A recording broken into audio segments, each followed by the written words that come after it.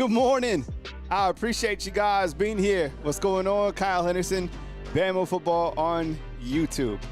Can I get a roll?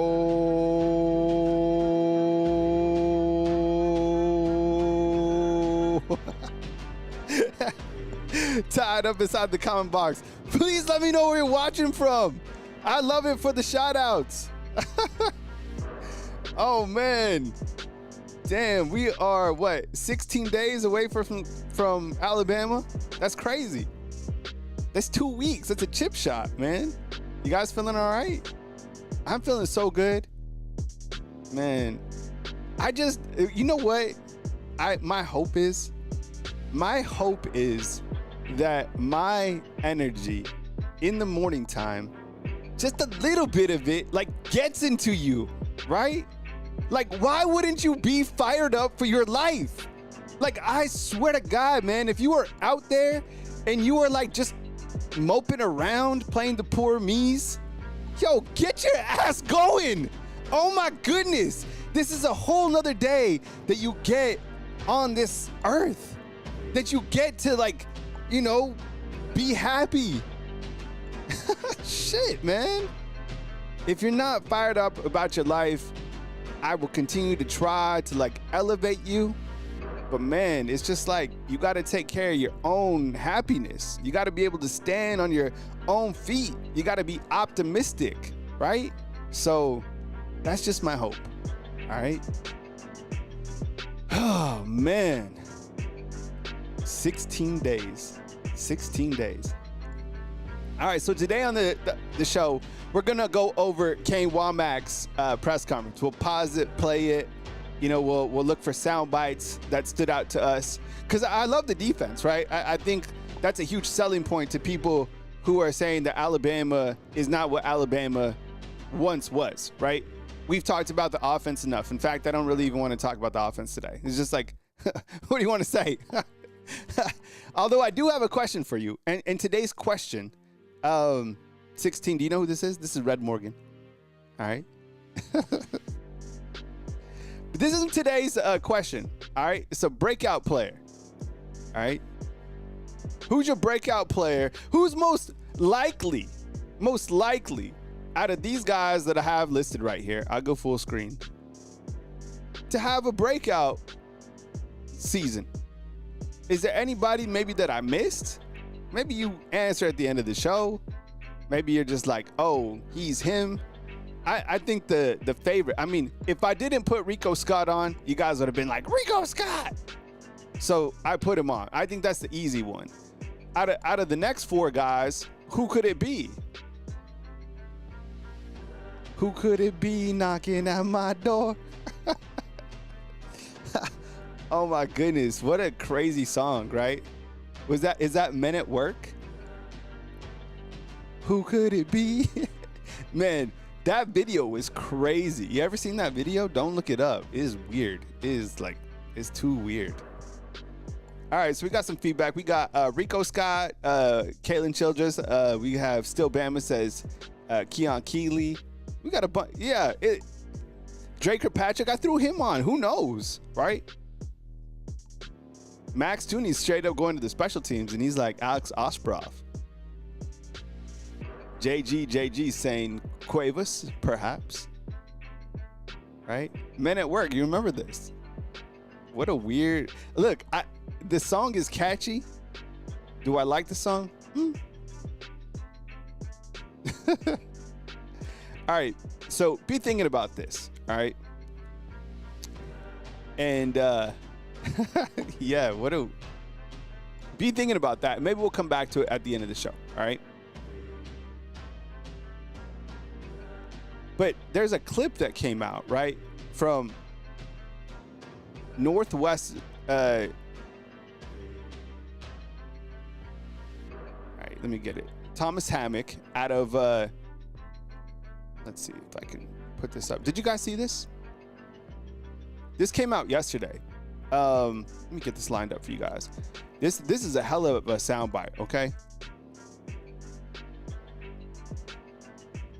So yesterday, Northern Illinois football coach Thomas Hammock basically went viral with what I'm about to play, talking about the transfer portal and kind of like what's the kind of where like his mind is in terms of like guys going to college and kind of the short-term gains rather than the long-term gains. This is a hell of a soundbite. Let me play this real quick for you. Did anybody see this, by the way? Thomas Hammock yesterday out of Northern Illinois talking about the transfer portal. This was like literally, this is like gold. All right. And to me, I mean, to be honest with you, I love the challenge.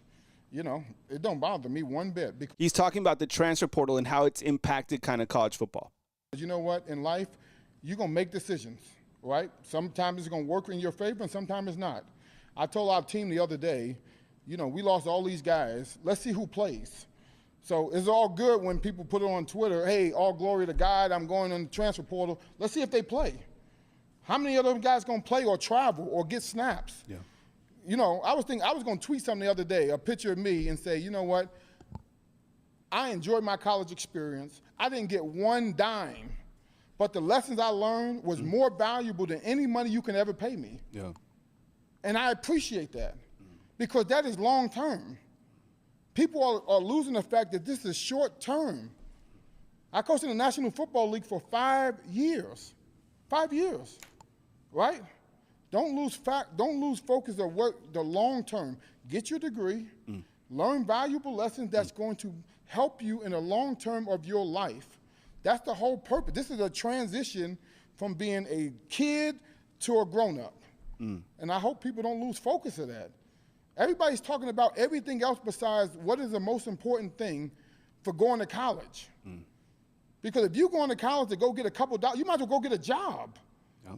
This is too hard to go get a couple dollars. Learn the lessons that you need to learn to be successful in life for the next 40 to 50 years of your life. Yeah. I would do it again for free, because of the things I learned. That's why I'm standing here today, because of what I learned in college, not because of how much somebody gave me. That's what I would tell people. And parents, they need to learn that lesson too. Stop trying to live through your kids. Go teach your kids what are the things they need to learn to be successful. That's what I'm telling my kids. I don't care about no NIL, no revenue share. I can care less. You need to learn things in college to get you prepared for life, to be a father, a husband, to work, everything else. Those are the most important things. That's what people are missing, in my opinion. All right, so that's Thomas Hammock, and look, I think it's one hell of a soundbite. You know, he's a head football coach at Northern Illinois, and this is a soundbite I think yesterday that kind of went viral. Now, a couple ways to look at this. Now, okay, look, the dollars at Alabama are a lot different than the dollars at NIU, right? And I think we have to look at it. How is that directly impacting players at Alabama? Man, like the players at Alabama, it's not like $20,000. We're talking about, you know, millions, right? We're talking about life-changing money up front. We're talking about major revenue up front. But I do agree with him, man, because how many times now in the articles that you read from the recruiting standpoint, when we talk about college football, man, how many times, honestly, just think back. You might have to go back and read some recruiting articles. Have you ever heard that like one of the players' goals coming here has been kind of the academic integrity and earning your degree and having something to kind of, you know, have that is long term? I haven't, to be honest. I haven't seen any of that. Getting a degree from the University of Alabama would mean so much to me, or getting a degree and blah, blah, blah. It's like, no, like I'm coming here because of, you know, the brand and this and that. And plain and simple, people are coming here because they're absolutely going to get paid, right? But I think the long term, and even like the amount of money that these guys are going to get paid, how much is it compared to like an NFL contract? Now, it's not guaranteed that you're going to get into the NFL, so I think you have to, really think about it. But I do feel that what he said about parents living vicariously through their kid certainly exists, and you do have handlers, parents that are, you know, clearly taking a cut of the money that the kid gets. I don't know, but players are getting paid. This is where we're at. I think it's a hell of a soundbite, and credit to the kids that are still powering through and getting degrees, right? Coach Saban always said the NFL is not for long, right? So I don't know. Thought that was a really good soundbite. I just saw that. I think I saw it last night, and I wanted to bring it to you guys today just to get some feedback. So anyways, good stuff. All right, on today's show, and as I promised, we'll go over Coach Kane Wommack, defensive coordinator, now in his second year. Kind of going over the defense as we get going. What's your overall confidence level in Kane Wommack on a scale of 1 to 10? Let's just put that as kind of a base. You like 10, this is like the guy. 8, you're like, let's roll. He's got all the components. 7, you're kind of, where are we at, but I feel like we're in a good point with the 2 deep. I don't know. I'm a fan of this guy. And I don't, like I was saying yesterday, I don't know how long Ryan Grubb will be here, and I don't know how long Kane Wommack will be here. This is a head football coach in waiting. I think Ryan Grubb is kind of a one and done. I could see Kane Wommack here, a couple more years to continue to help build that foundation, right? Now, he'll go somewhere eventually. All these coaches will. But Kane Wommack's the guy, man. I'm really excited to see what he can do in year 2 with everybody that he has coming back. So, this was a guy that there was some bumpy times last year, but I think he turned things around. And considering the 2 deep that Alabama has on defense, I think they'll be pretty good. Before I start this, yesterday, I know you guys saw a video that I uploaded. Maybe you didn't, but I went over to Catfish Heaven. You guys were telling me about it, so I went over there. So I got the feedback, okay? Number 1, I didn't get the catfish. I will get the catfish next time. But somebody told me to get the wings there. So I didn't look. Maybe in hindsight, I should have went with the catfish. Either way, it was so delicious. I'm telling you, I asked the lady at the front. I was like, what's the favorite, right? And they said it was like a hot honey. I'm down for some hot honey. The fries were amazing. The hot honey was absolutely delicious. But next time I'll get the catfish. So I kicked it down there for a little while. I'd never been before. I would definitely recommend it. There's people coming in and out. Good service. It was fast. So, yeah, check it out if you're in the area. That is Catfish Heaven. Thanks for the recommendation. I don't know who gave me that recommendation anyways. But the wings, the only thing that I will say with the wings, and this isn't a knock on the wings. They were small, kind of like if you've been to Buffalo Phil's, they're smaller wings. But if you've been to like Bomb Hours, they got like real meat on the bone. These were more like Buffalo Phil's, so they were small. So, anyways, yeah, lemon. I see Amanda wants that lemon pepper. I like garlic parmesan, but the hot honey was nice. All right, how this works? I'll play Kane Wommack. Sometimes you can hear the reporters. Usually you can't. So I'll kind of emphasize what the reporter is asking about, and we'll kind of go back and forth and pause and kind of go over points of ponder. So, anyways, here is Kane Wommack from yesterday. Less exciting news for me than with Grubb and offensively. Yeah, Deontay Lawson is our starting Mike linebacker. Shocker. Ready to go. How's he doing, by the way, recovery-wise? How's Deontay Lawson doing from a recovery standpoint? Opens up with the joke that, there's not a lot of news on the defense. But I think the big news is, how is Deontay Lawson doing at this point in time? Here's Wommack talking about Deontay Lawson, inside linebacker. Actually doing a great job. Deontay is, it's amazing. I mean, I thought, he carried himself at such a professional level a year ago. His leadership was so impressive. And somehow he's taken his game and leadership to another level, which is really impressive, coming off of not only battling, the recovery process that he's kind of stayed ahead of every marker that we've had for him, but to be able to come out in fall camp, and we thought, maybe we would limit some of his loads and all that. We've really pushed him, and he's handled it really well. I don't know if we're going to find out ever if he's going to start for that game against Florida State. I think he's ahead of the timeline. Look, you got Nakai Hill-Green, you have Justin Jefferson, and you do have some depth behind, those guys. So I'm curious to see if he does play in that game. I don't think it's vital. Maybe if he plays in some of that game, maybe that's good. But I think if he's not 100%, and they're, of course, not going to put him out if he's like 90%, there's no rush with Deontay Lawson coming back. With a player of that magnitude, you don't want to rush the process.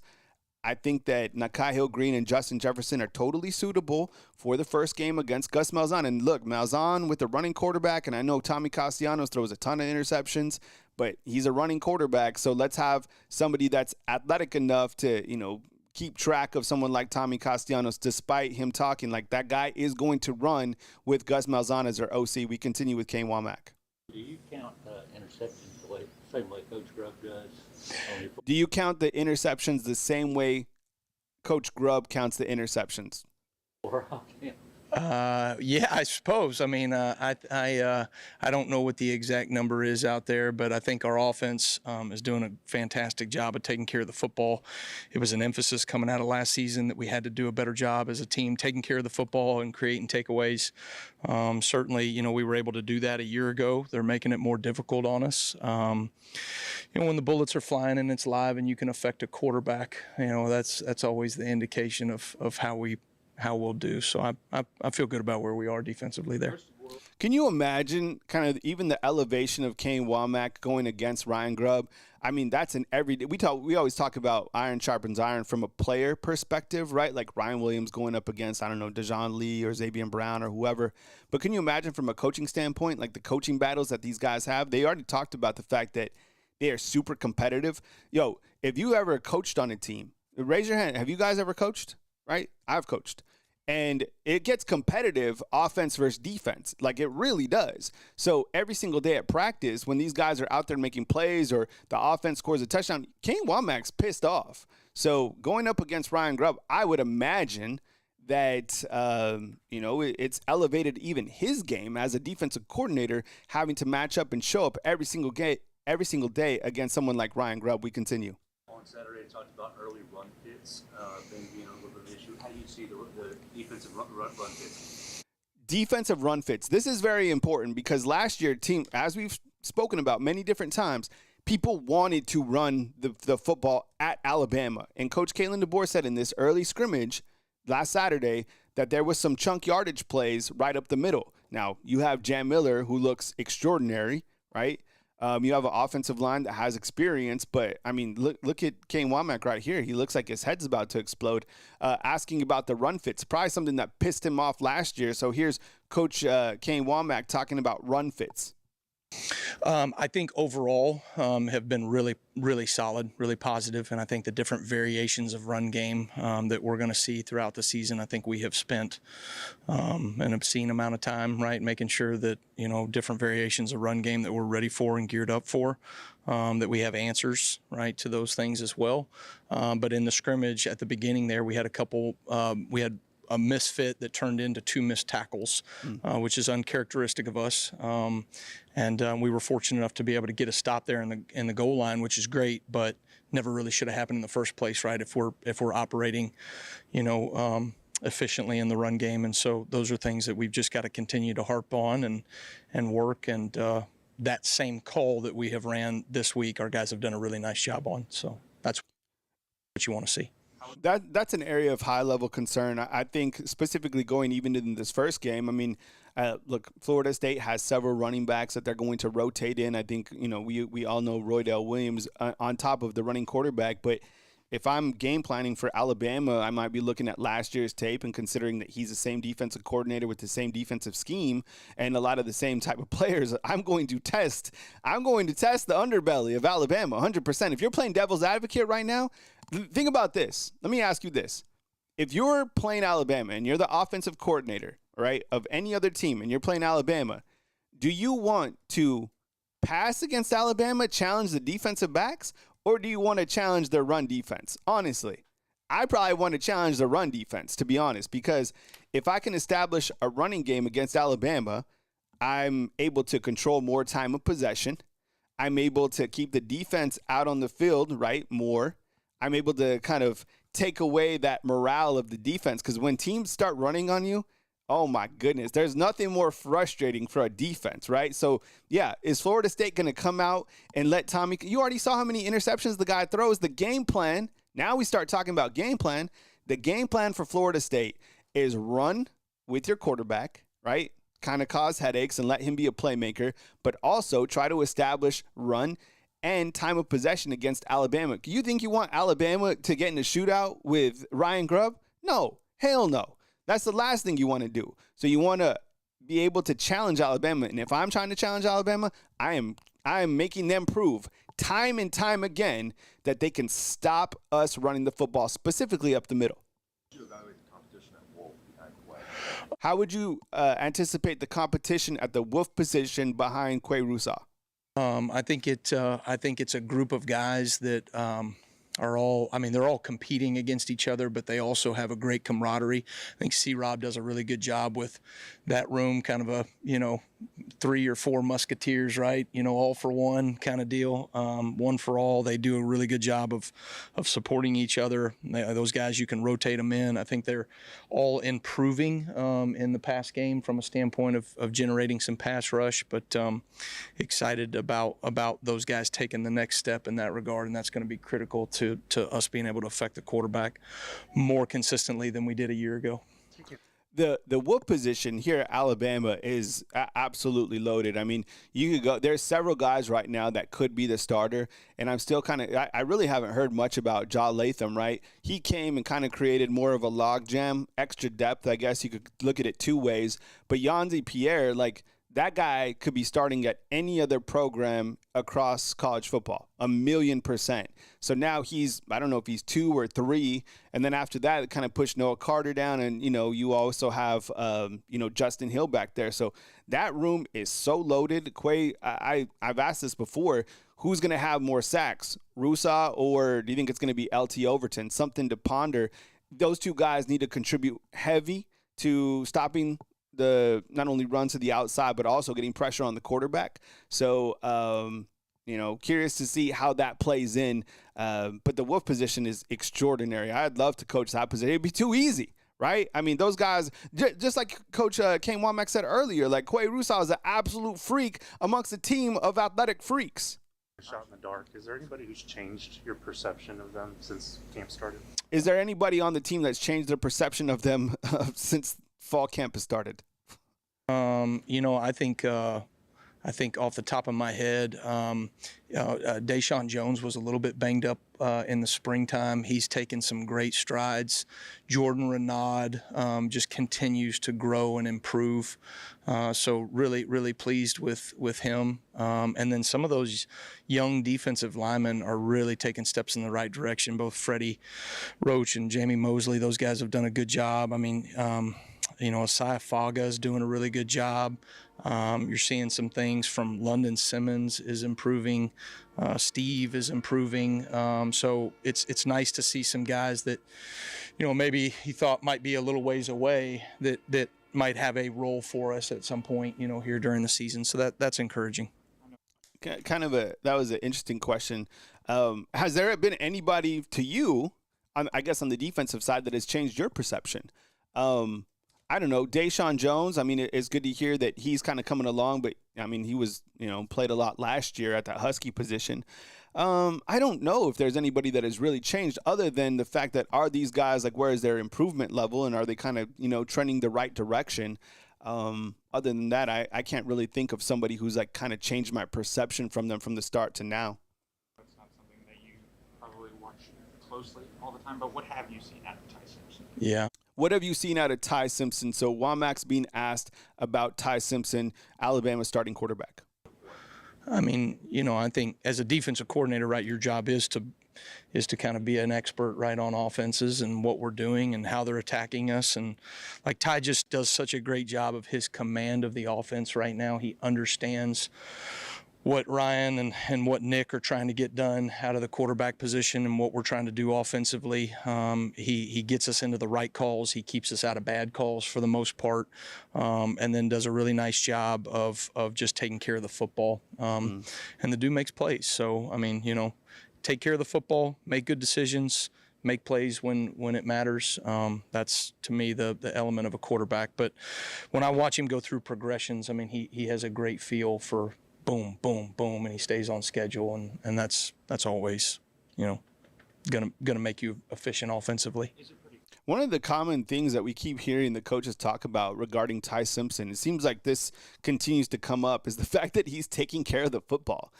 how refreshing is that, right? I mean, we've heard about some explosive plays. We've heard about him being able to make some plays at this scrimmage, but taking care of the football, limiting turnovers, moving the chains, that's what we want you to do as the quarterback. And we want you to be able to, get the football out clearly to the playmakers. But I've heard that from Coach DeBoer. I've heard that from offensive coordinator Ryan Grubb. I've heard that from other assistants. I've heard that from Kane Wommack. I've heard it from the players as well. It's like taking care of the football. You're like, duh, but man, like that's good to hear as, we continue to move through fall camp. I know it kind of goes without saying, but you look to the other side and I get it. There's like comparing, I have a graphic and I compared Tommy Castellanos to Ty Simpson. And Castellanos has played a ton more snaps and stuff like that, but he throws so many interceptions. That's not taking care of the football. 33 touchdowns over the last 4 years and 28 interceptions, right? Ty hasn't even thrown a touchdown pass, right? And he hasn't thrown an interception either. But, 33 to 28, that's a touchdown to interception ratio that you want to stay far from. That's the quarterback that you're facing in week 1. Clear that, he's been around a while, like that he knows this team knows his I would think him, there are probably a number of guys on our football team. You can see the value of them in year 2, right? So offensively, defensively, certainly at the quarterback position, how comfortable they are in the system. You see a difference, from where we were a year ago. Speaking of differences, how different is Xavier Brown in year 2? How different is Xavier Brown in year 2?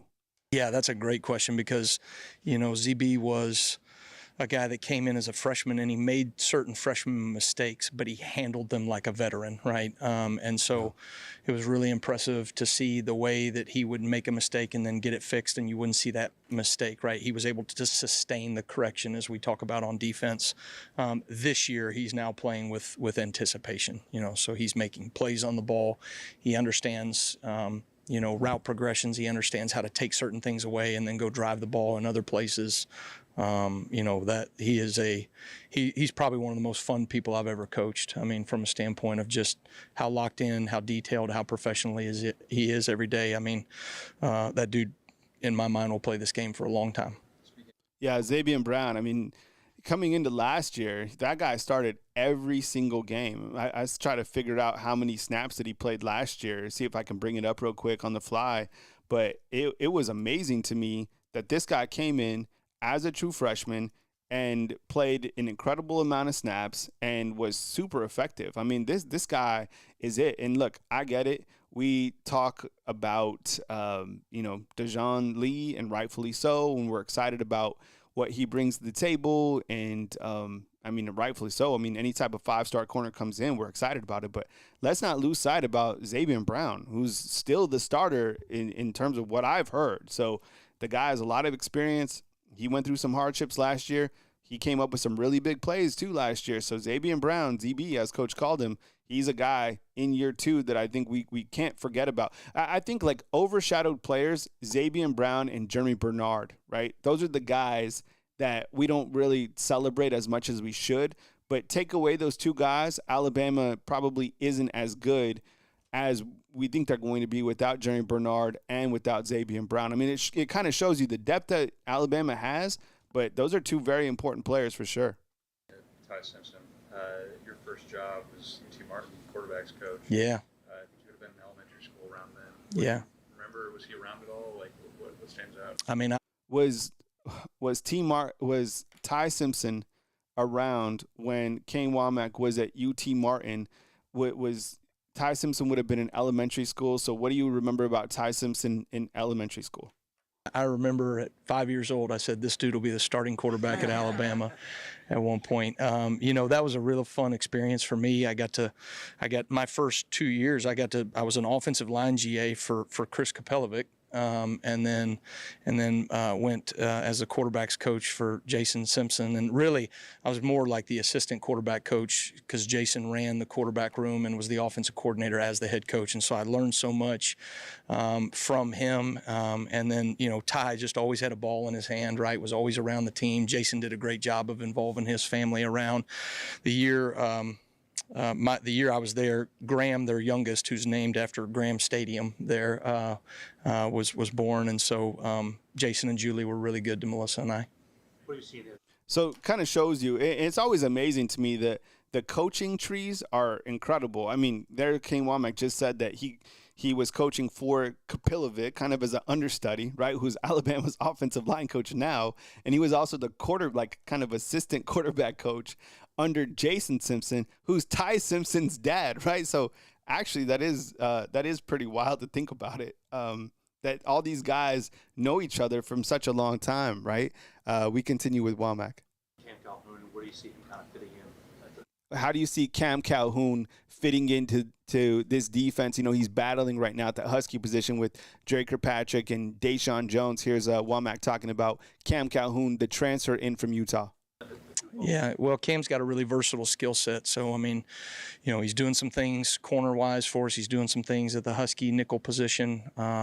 You know, Cam's got, I think I mentioned this before, you know, he plays the game with great energy. You know what I mean? You got to have guys like that. We're relatively quiet in the secondary for the most part, but I think there's a number of guys, or at least a year ago we were. I think there's a number of guys that, you know, they bring a little bit of swagger, and sometimes you need that, which is really good. And he's certainly one that I can point to that brings juice and energy every day. Let me ask you a question. So Cam Calhoun transferred from Utah to Bama, right? What do you think about when you think about Utah football? Do you think about offense? Do you think about defense? Do you think about kind of a team that kind of punches above their belt? To me, when I think about Utah football, I think about defense. I really do. I think about a team that is stingy on defense, and I think he brings some of that mentality probably to the room, right? So that's why as soon as I saw him hit the transfer portal and heard that he was coming to Alabama, I was excited because I was like, man, I'll take a player from Utah for sure, right? You come from like Nevada or you come from like Fresno. I'm kind of thinking probably more like offense, but you come from Utah, like I'm like, that's defense in my opinion. Think about this time a year ago. Where do you think you've grown most as a defensive coordinator, and where is that confidence now? Yeah. Wow, a lot of questions about growth in this one. Where do you think that you've grown most in from last year going into this year for Coach Kane Wommack specifically? Well, I understand our players much better, and I understand the league a lot better, right? I think probably the biggest thing is you go into the offseason knowing the answers, not the answers to the test, right? But you at least had the study guide, you know what I mean, a little bit better than you did in year one. And so having anticipation for what we're going to see, having an understanding of what our players do well and how to feature those players has allowed me to be really aggressive in our install in year two. So spring ball, we were like that. And then certainly in fall camp, I mean, we have just layered on layered on layered, you know, the scheme for them. And they're doing a good job of handling it. Can you imagine being Kane Wommack, being Coach Kalen DeBoer? I know Ryan Grubb wasn't here last year, or Nick Sheridan, who was the offensive coordinator. Can you imagine these guys stepping in, taking over for Coach Saban and his coaching staff, and none of those guys, I mean, really coaching at that high of a level, having those titles, had coached in like the SEC? Can you imagine your first SEC, really the first game, you know, the first high-profile game you're playing in is, you know, the early season win against Georgia, and, you know, the nation's biggest TV spectacle, going on the road to Tennessee when they're piping in like the fake noise. All that stuff was new to this staff. So now going in, like he said, you have a better understanding of kind of what's coming towards you, but also with that, you have more confidence, right, in year two. If you've done anything in life, in year one, you've had to kind of start from, you know, with limited experience. Year two is a lot better for you regardless, in my opinion. The three young inside linebackers, Luke, and Abdul. Yeah, swimming. How are the inside linebackers that are freshmen, how are they doing? You got Daryl Duke Johnson, Luke Metz, and Abdul Sanders. We've actually heard really good things about each of those guys, but here's Wommack on the three inside backers. Struggling, I mean, in a good way. I mean, if you're going to do this at a high level from a linebacker standpoint, you have to embrace the hard times, right? There's just so much we ask those guys to do in terms of running the defense. And so they have to kind of go and press through these things, and it's going to be 2 steps forward, 1 step back, and then it's going to be 1 step forward and 2 steps back for a little while.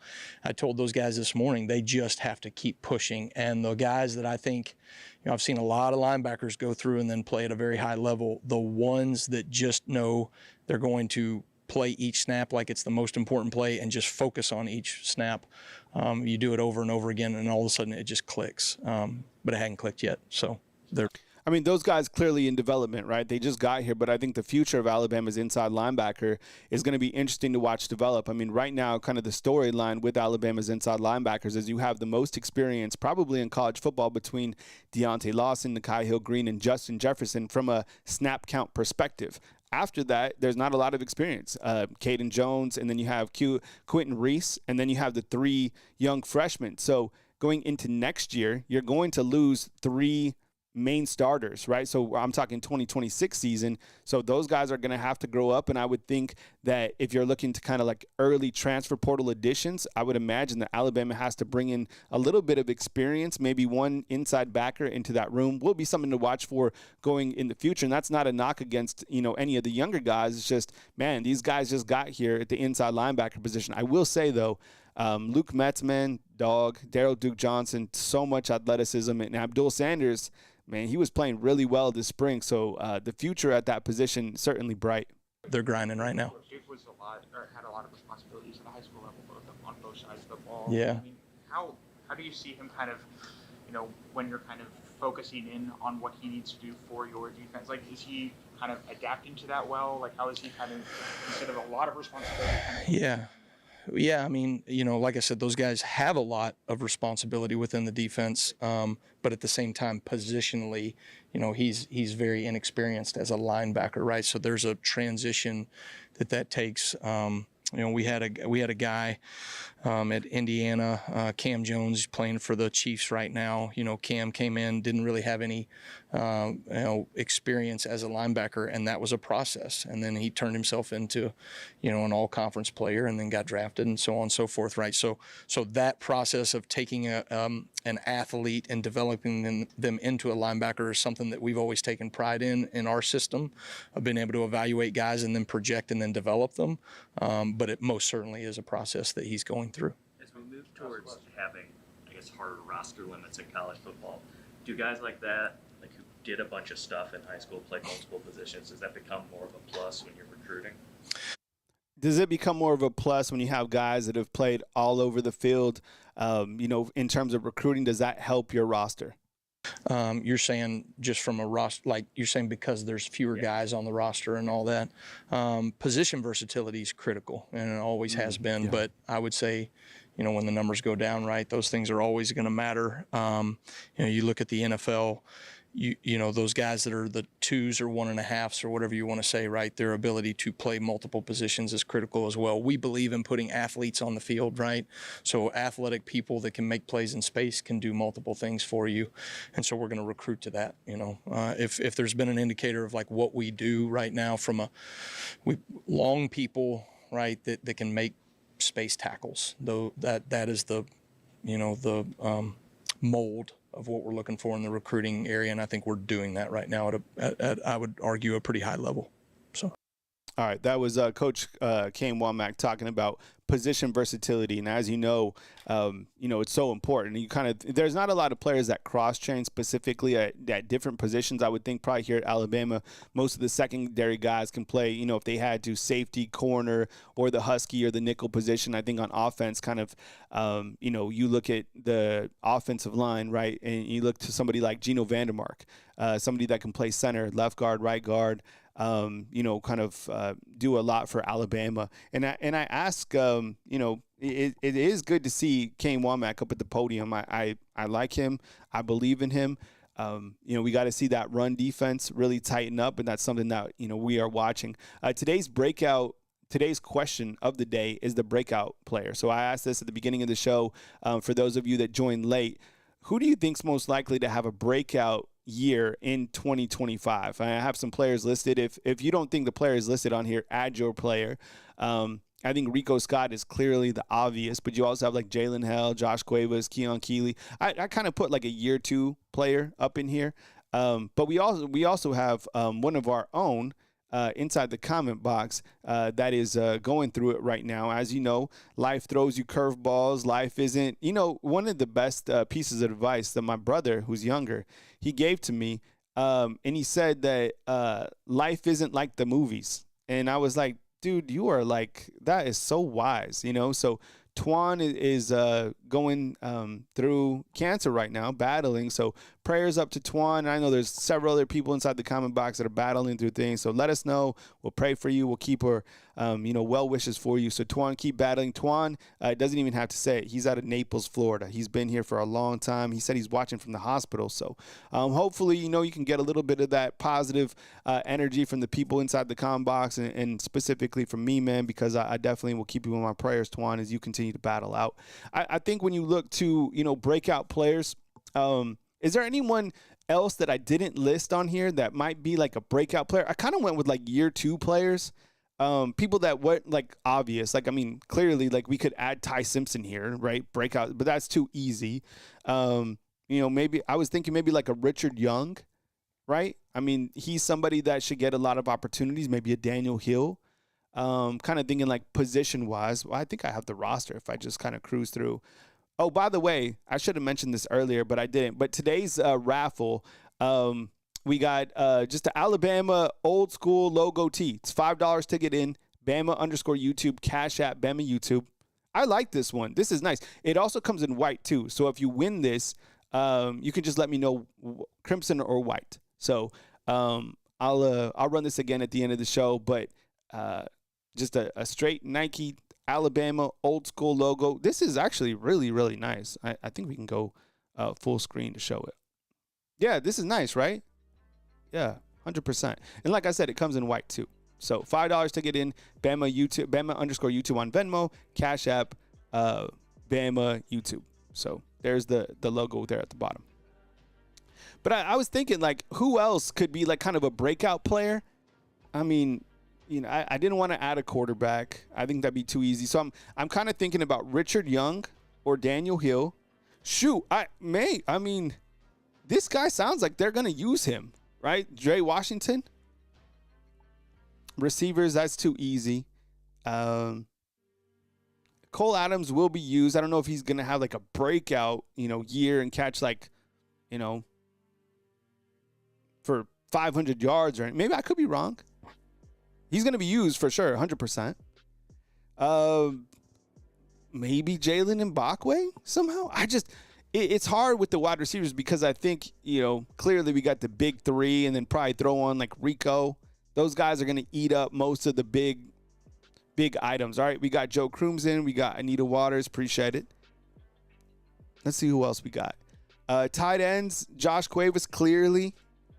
He should have a good year. Right? And then you have, don't forget about 2 of these tight ends right here that are transfers in. I haven't really heard a lot about these guys, to be honest. Brody Dalton, Jack Samarco, Jay Lindsey. He's a redshirt freshman entering his second year. And then maybe the 2 freshmen that just got in here look to have had a, pretty good fall camp so far. Yeah, I like that shirt, by the way. There it is at the bottom of the screen. Bama_YouTube and Cash App, Bama YouTube. And, of course, Super Chats get you in the door, too. Offensive line, is there a breakout player? Maybe Welcome Formby, right? Maybe Welcome Formby. Let's see, defensive tackles. Jeremiah Beeman, maybe. I'm just kind of going through some guys who might have, breakout years. Kelby Collins could be interesting. Let's see who else. Stephen Boumwa, right? I really like this dude. And Isaiah Faga at practice he looks fantastic. I think he has some of the best feet from the defensive linemen. Watching the highlights. Bandit position. Oh, Keon Keeley, clearly. He's one of our main guys that we're thinking. But don't sleep on Renard. Chris Waltman, we got you in, dog. Wolf Yanzi, clearly. I don't know. Something to think about in terms of like a breakout player. I was just kind of, going through the roster detail. There's some options for sure. But a lot of these guys, man, they already had like kind of their breakout year. What you think? I mean, maybe Bray Hubbard's even better than what he was last year. Maybe Zay Mincy. Dude, Zay Mincy is really good. Super talented. And here's your special teams unit. Pick your character. I'm taking Pablo Escobar over here all day long. Dude, A33. Yo, Faga, dude, this dude, I'm telling you, man, he's good. I don't know how much he plays this year, but yo, that guy, super impressive to me, at least on film. So that's kind of our question today. Make sure you answer inside the comment box. This is the raffle once again for the T-shirt, Bama_YouTube and Cash App, Bama YouTube. So your breakout player, you could answer inside the comment box, in the graphic. I'll be back as news happens or upload videos, or I might, let's see, Thursday night, I might stream tonight. We're continuing the dynasty. I'm 2-0 on the season. I think I'm playing Florida State tonight. And this is the 2026 season, right?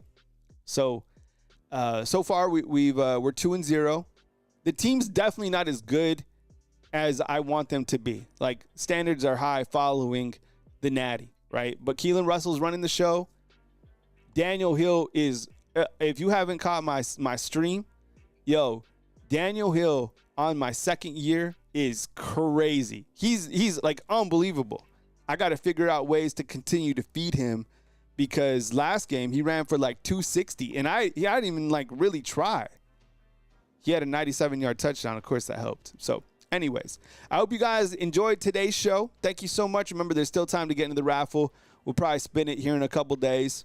I appreciate you guys always rocking with me when the videos pop up, and make sure that you hit the notification bell. Like, make sure it's turned on so you get all the videos, because right now this is clearly there's a lot of videos coming out, and you don't want to miss a notification when I go live, when I drop a video from Catfish Heaven Part 2, when I try out the catfish, when I do a walk-in talk from down at the university. So, turn on the notifications, drop a thumbs up. I appreciate the super chats. Remember, Bama_YouTube Cash App, Bama YouTube. If you're out there and you want to be a sponsor, you could hit me up at nmprops@gmail.com. All right. Stay blessed. Praying for you, Twan. For everybody that might be going through something, I get it. Life is like that. Keep battling. Keep being optimistic, right? Enjoy your life. Enjoy today. Enjoy your lunch. Be good people. Slow down. Accept where you're at. And be grateful for the blessings that are bestowed upon us, all right? I appreciate you guys more than you know. Honestly, it's like, it's hard, like, sometimes not to get emotional, like, thinking about all the support that I have on the show. Like, you guys are my family, and I appreciate you guys more than you know. Coming to you from beautiful Tuscaloosa, Alabama on this fine August 14th, it is Kyle Henderson of Bama Football on YouTube. I will catch you as news happens or next show right here on the YouTube channel, Bama Football on YouTube. Have a beautiful day, and I will catch you soon right here on Bama Football on YouTube.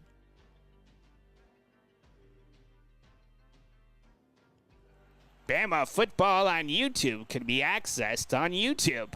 We also have a Facebook page. Just look up Bama Football on YouTube with Kyle Henderson. See you next show. We love you. Roll damn tide.